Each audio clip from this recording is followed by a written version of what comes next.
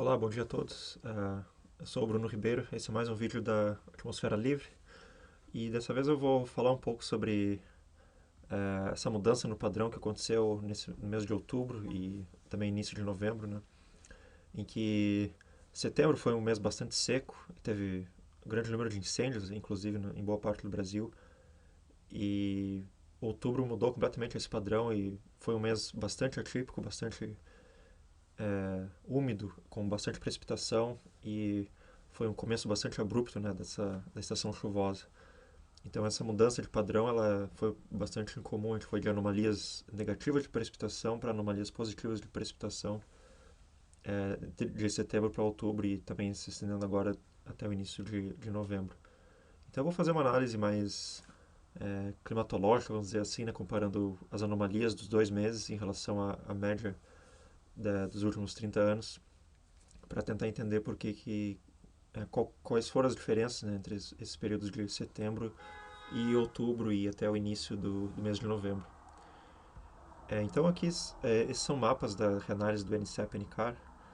A reanálise se estende até 1948 e aqui se usa então a média climatológica de 91 a 2020 e depois calcula a anomalia em relação a esses 30 anos, né, em cada época do ano. Então essa aqui é a anomalia de outubro de 2024 em relação a todos os outubros desse período de 30 anos aqui. Aí esse mapa mostra a altura geopotencial em 500 HPA. E a gente observa aqui em outubro que esse foi o padrão que predominou com anomalias positivas na Antártica, ou seja, esteve mais quente do que o normal na Antártica, e anomalias negativas nas altitudes médias, né, no entorno da Antártica. Então teve esses dois mínimos aqui, um em cada lado da Península Antártica, e esse outro mínimo lá no Oceano Índico. E sobre a América do Sul, predominou essa anomalias positivas, né, que estiveram também, de certa maneira, associadas às temperaturas, que tiveram anomalias positivas, como eu vou mostrar mais adiante. Mas a gente observa essa área, principalmente aqui sobre a Patagônia, com uma anomalia positiva de altura geopotencial em 500. Se a gente comparar com setembro, a gente vê um padrão bastante diferente. Então, tinha uma grande anomalia negativa aqui entre a Península Antártica e a Patagônia, e duas anomalias positivas, uma no Oceano Pacífico e uma no Oceano Atlântico, além dessa outra anomalia negativa aqui a sul da Nova Zelândia. Então era um padrão muito mais amplificado no Pacífico e estendendo até o Atlântico do que o padrão de outubro. O padrão de outubro ele é, de certa maneira, um pouco amplificado, mas não se observa anomalias tão intensas, né? Então foi um padrão bastante diferente, pelo menos em latitudes médias. Mas se a gente observar a América do Sul, aqui principalmente a norte, em torno de 30, 40 sul, a gente observa que houve anomalias positivas nos 2 meses, né? E essas anomalias positivas, tanto em outubro quanto em setembro, elas estiveram associadas a temperaturas em superfície acima do normal, né? Só que um fator interessante é que essa anomalia negativa aqui sobre o sul do continente favorece o intenso escoamento de norte entre essas duas anomalias, entre a anomalia negativa e a positiva, em médios e provavelmente em baixos níveis também. Ou seja, haveria um intenso escoamento de norte aqui inferido com base nessas anomalias, que seria anômalo, né? Então tem mais transporte dessa umidade de latitudes subtropicais, tropicais até latitudes mais altas. Observando aqui a anomalia de temperatura em 850 HPA, aqui em outubro e aqui em setembro, então houve anomalias positivas em boa parte do Brasil. Elas foram mais significativas em setembro, principalmente no sul, sudeste, sul do centro-oeste, e parte da Argentina também. Mas em outubro também foi mais quente do que o normal, né? Com exceção dessa área aqui ao longo do sudeste, onde provavelmente a grande quantidade de nuvens e até precipitação favoreceram, fizeram com que as temperaturas não subissem muito, né, em relação ao normal. Só que na Patagônia a gente observa temperaturas positivas agora em outubro, enquanto que em setembro havia as temperaturas negativas aqui na costa do Chile, associadas àquele cavado em 500 HPA, né? Esse aqui é o escoamento em 250. Então em outubro tinha essa circulação anticiclônica aqui, né, sobre a Patagônia, como eu mostrei nesse mapa aqui. Então havia escoamento anticiclônico, o jato de altos níveis mais intenso ele ficou bem restrito ao extremo sul da Patagônia. E até interessante que isso, de certa maneira, poderia favorecer uma menor frequência de tempo severo na Bacia do Prata aqui, e sul do Brasil e Uruguai, sabendo que outubro é o pico da temporada de tempo severo, né? Mas, na verdade, outubro foi bastante ativo, apesar do fato de que esse jato esteve deslocado bem a sul, né? Talvez esse escoamento de sudoeste aqui ao longo da costa da Argentina, Uruguai e sul do Brasil esteja associado à incursão de alguns cavados sobre o Oceano Atlântico. E isso é que talvez tenha favorecido a ocorrência de tempo severo. Então, apesar do jato estar bem a sul, houve alguns cavados que passaram com certa frequência aqui ao longo da costa do continente sul-americano e favoreceram a ocorrência de tempo severo no sul do Brasil. Mas aí, comparando com setembro, a gente vê que setembro foi um pouco diferente. O jato estava mais ou menos na sua posição climatológica, um pouco até mais intenso que o normal, mas não se estendia até o sul do Brasil e está associado a essa grande circulação ciclônica aqui sobre a Patagônia. Então, como eu falei antes, tem uma anomalia negativa de altura geopotencial aqui, uma anomalia positiva nessa região aqui do Atlântico, e o escoamento de noroeste, né, aqui em 250, mas também nos outros níveis também provavelmente se observa o mesmo. E aproveitando o gancho, né, aqui já é setembro, em 850 também se observa, dá para ver esse escoamento de norte, noroeste aqui desde o sul do Brasil até essa área aqui em latitudes mais altas. Então, o que se infere em relação a isso é que possivelmente alguma umidade que estava presente nessa área da Amazônia e centro-oeste do Brasil, ela estava sendo transportada para áreas mais a sul, causando divergência de umidade, né, nessa área do centro-oeste, o que provavelmente favoreceu, foi um dos fatores, né, que favoreceu anomalias negativas de temperatura de precipitação em setembro. Já em outubro se observa um padrão um pouco diferente, a gente vê escoamento de sul, aqui principalmente sobre a Bolívia e boa parte da Argentina e norte da Argentina e Paraguai, sul do Brasil inclusive, até o oeste da Amazônia.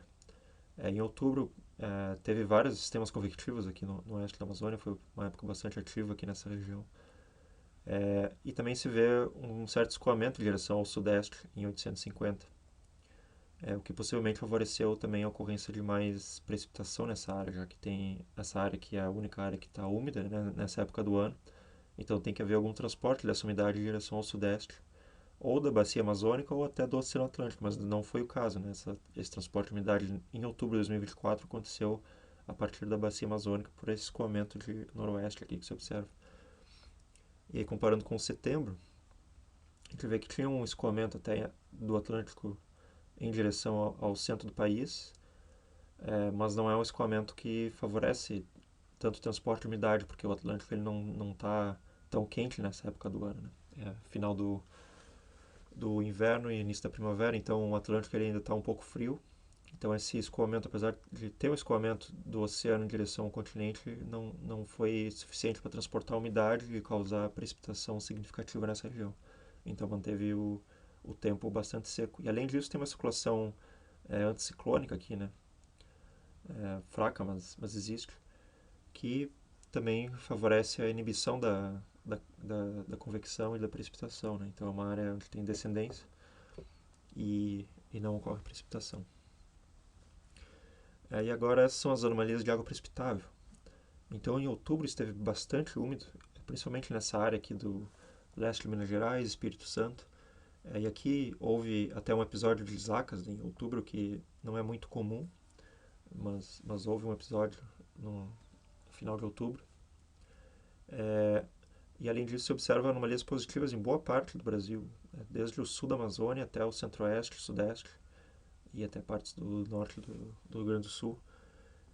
Então foi um padrão muito diferente do que se observou em setembro. Em setembro dá para ver que tem um máximo de anomalias aqui no oeste da região amazônica, sobre o sul do Brasil, mas anomalias bastante negativas no centro do país. Então essas anomalias negativas é que favoreceram a ocorrência de queimadas e o fato de que não houve muita precipitação nessa região. Então uma mudança bastante significativa de outubro para setembro, de setembro para outubro, né? nessas anomalias de água precipitável. E em outubro houve algumas anomalias positivas de precipitação, inclusive em boa parte, até partes do Mato Grosso do Sul e sul do Mato Grosso, Goiás, Minas Gerais, houve anomalias positivas. Então não só mudou de uma situação bastante seca para uma estação bastante úmida, mas de uma estação anomalamente seca para uma estação anomalamente úmida, né? Então foi uma mudança bastante significativa, algo que eu pessoalmente não lembro de ter visto nos últimos anos. E aqui para sintetizar as anomalias de temperatura no globo de maneira geral, então tem estado mais quente do que o normal em boa parte do globo, que tem sido observado em função do aquecimento global, e principalmente no Ártico aqui, né, que se chama de amplificação antártica, né, que o Ártico tem anomalias de temperatura mais altas do que o restante do globo, e também na Antártica, mas no Ártico isso é mais evidente. Em comparação a setembro, se observa que havia anomalias negativas nessas regiões de latitudes médias aqui do hemisfério sul, em algumas partes da Ásia, mas no restante do globo anomalias positivas. E esse padrão de anomalias positivas de precipitação e de água precipitável em boa parte do centro-oeste do Brasil tem se mantido no início de novembro. Então esses são dados dos últimos 7 dias de precipitação, disponíveis através da Sigma Meteorologia, né? Tem esses mapas que são muito interessantes de se observar, com acumulados de vários dias, inclusive. E a gente vê que teve vários pontos com precipitação muito significativa, 200, 300 milímetros até em partes aqui do sudeste, e até no sul, de Santa Catarina, Paraná. Em particular, nos dias 6 e 7 de novembro, por exemplo, foram dias que teve bastante enxurradas, teve enxurradas acontecendo no mesmo dia em Santa Catarina, Paraná, São Paulo, Minas Gerais. Então é uma massa de ar bastante úmida que está presente em boa parte do centro do país e que tem favorecido esses acumulados expressivos. E na última madrugada, aí do dia 8 para o dia 9, teve chuva intensa nessa área do Rio de Janeiro, região serrana aqui. Esses acumulados aqui boa parte deles aconteceram nessa última madrugada, então também teve acumulados expressivos naquela região. E nessa região da região metropolitana de São Paulo, centro de São Paulo, também teve enxurradas em Ribeirão Preto no dia 7, se eu não me engano. E na região metropolitana de São Paulo também teve alagamentos e queda de energia e bastante impactos na população. E aí, analisando um pouco mais em termos dos campos de água precipitável, né, dia a dia, se a gente voltar lá para o meio de setembro, esse aqui é um arquivo, né, do GFS, uma análise do GFS. Então a gente volta lá para outubro e dá para ver que tem um momento em que a água precipitável ela não era muito elevada, mas ela aumenta rapidamente, mais ou menos na metade do mês de outubro, né, principalmente. Então tinha água precipitável relativamente alta aqui, em torno de 30, 40 milímetros em partes do centro do país. E aí lá pelo dia 14, 15 começa a ter uma nova incursão de ar mais úmido em direção ao sul, mas dá para ver que o centro-oeste não tem nenhuma incursão de uma massa de ar seca aqui, então permanece, né, essa água precipitável alta. Então aqui tem uma incursão de ar seco já no dia 17 sobre o sul do Brasil, mas dá para ver que não afeta muito o que está acontecendo no centro-oeste e sudeste. Então conforme passa o tempo e não tem uma incursão de uma massa de ar mais seca, essa água precipitável ela começa a aumentar até que chega nos valores que a gente observa lá no final de outubro, né? Então aqui é quando começa a haver precipitação mais intensa de fato, né? Então dá para ver que a água precipitável no oeste da Amazônia ela está 55, 60 milímetros, e esse escoamento de noroeste ele segue por vários dias, desde até a metade de outubro, né? Ele seguiu em direção desde o oeste da Amazônia até o centro do país. E a água precipitável só vai aumentando e, apesar de ter algumas massas de ar frio e seco que avançam em direção ao sul do Brasil, nenhuma delas avança em direção ao centro-oeste, né? E aqui no dia 27, por exemplo, é quando quando está acontecendo aquelas acas, né? Então, você observa que em Minas Gerais e Espírito Santo tem água precipitável de até 60 milímetros.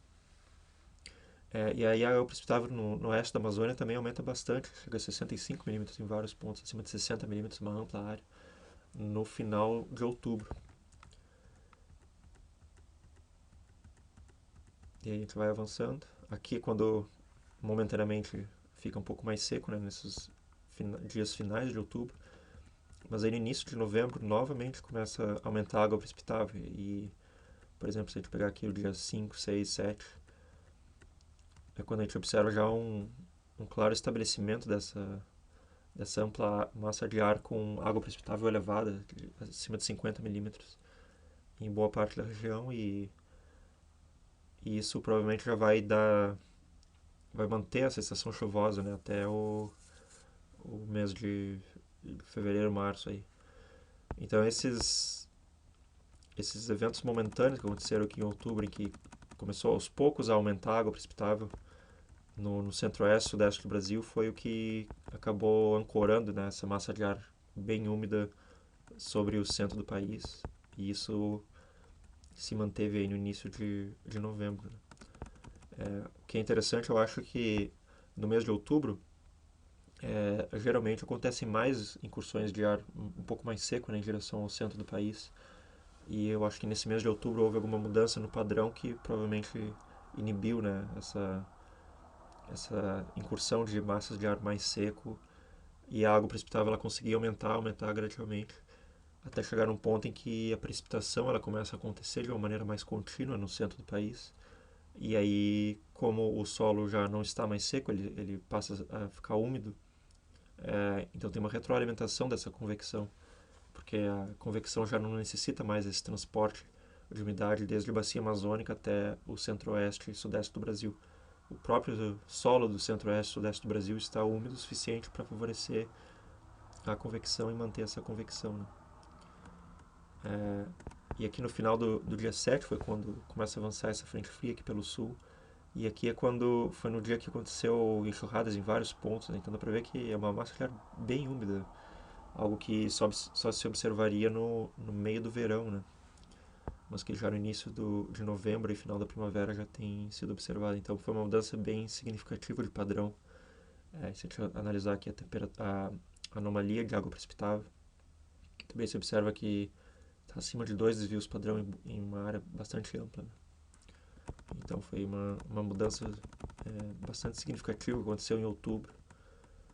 É algo que não se esperaria, né? Já que setembro foi bastante seco, então geralmente quando o início da estação chuvosa, que é em outubro, vem de um mês que foi bastante seco, como setembro de 2024, a gente esperaria que a estação chuvosa levaria um tempo até começar, né? Mas não foi o que aconteceu. Houve alguma mudança aí em grande escala, provavelmente, que favoreceu esse primeiro transporte de umidade em direção ao centro-oeste e sudeste, e depois vários episódios de convecção que umedeceram o solo e aí mantiveram essa alta quantidade de água precipitável sobre o centro do país.